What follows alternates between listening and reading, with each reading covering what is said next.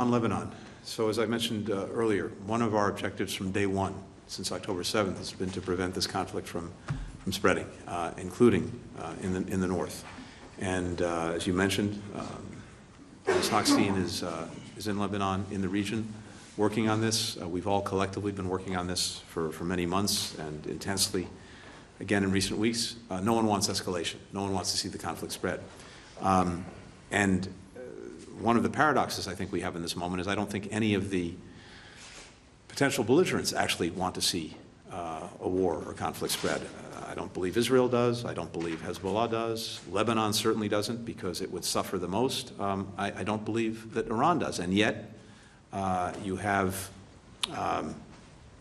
momentum potentially in that direction, because with the back and forth that goes on every day, there is always the possibility of miscalculation of one side not fully seeing what the other is doing. And it's very important to do everything we can to arrest that and to find a diplomatic resolution to the challenge that exists for Israel, as well as for Lebanon.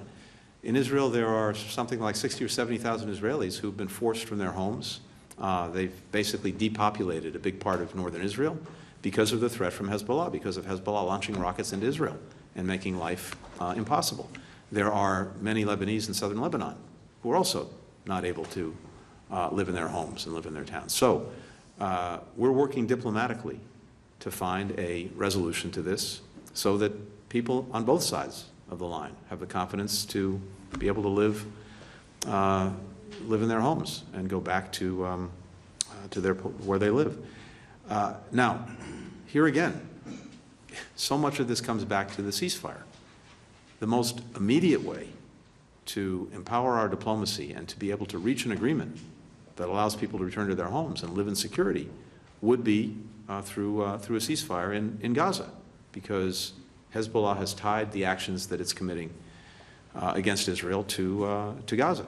So if we get that ceasefire, I think that will make it more likely that we can find a diplomatic resolution to the crisis in the north.